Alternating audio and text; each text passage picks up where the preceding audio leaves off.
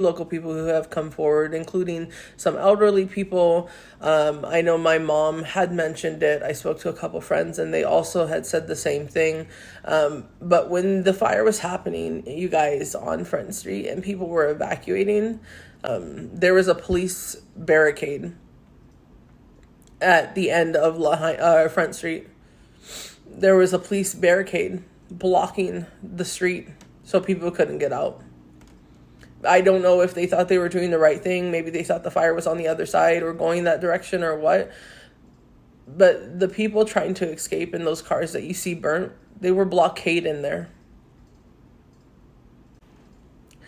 The water was shut off. Firefighters couldn't fight this. The local people couldn't save their own homes. School was canceled that day. You had children, our keiki, babies, and elderly trapped in the homes. That's who they're recovering. As a Hawaii native, as somebody born and raised on the island of Maui, as somebody who has family and friends and community over there, please keep talking about it. Please keep talking about it. Share videos, comment on posts, like videos. Even if it feels icky liking them, it helps the algorithm.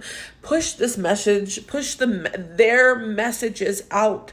Make sure the world knows what is happening, what is really going on, because I can promise you guys this, and of course I have to say allegedly so I don't get in trouble. You guys are not seeing the same news and social media posts as to what's actually going on there. I'm from Maui. That is my home, and I am not even seeing my friends and family members post about this that are sharing videos, and I'm getting all kinds of conflicting information. But I can tell you that the one that's coming from the media, allegedly, and I'm not talking about Maui News or Maui Times or Maui News Now or anything like that, because they are being blocked too, but the ones that are coming from the media over here are absolutely trash. It is not true, and they're painting a different picture, and they're trying to create division, and they're going to put the blame on the power company or on the firefighters or the first responders.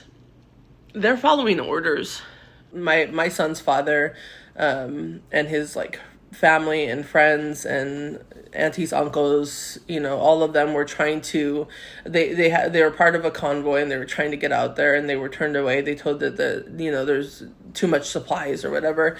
There's three possible reasons for too much supplies.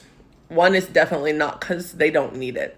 It's because the supplies is not being distributed now, meaning, so it's kind of just building up.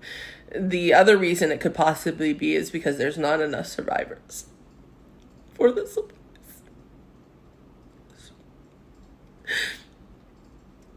The third reason is they're being lied to. This is what's going to happen. Allegedly, this is what's going to happen.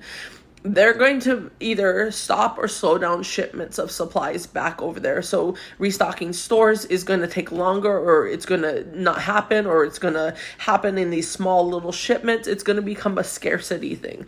They are going to say that for whatever reason, shipments can't get out there and restock stores. And then when it comes time to rebuild, they're going to price the shit out of everything. They are going to raise the prices and make it darn near impossible for people to rebuild. Realtors are going to be out there trying to buy up the land and sell it to corporations or the tourist industry or, one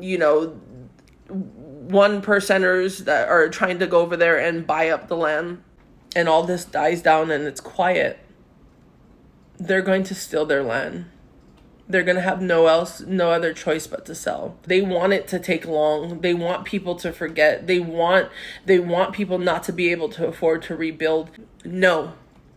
You're not stealing their land and making it state land. You're not going to make it a memorial or claim to make it a memorial so you can do what you want with it.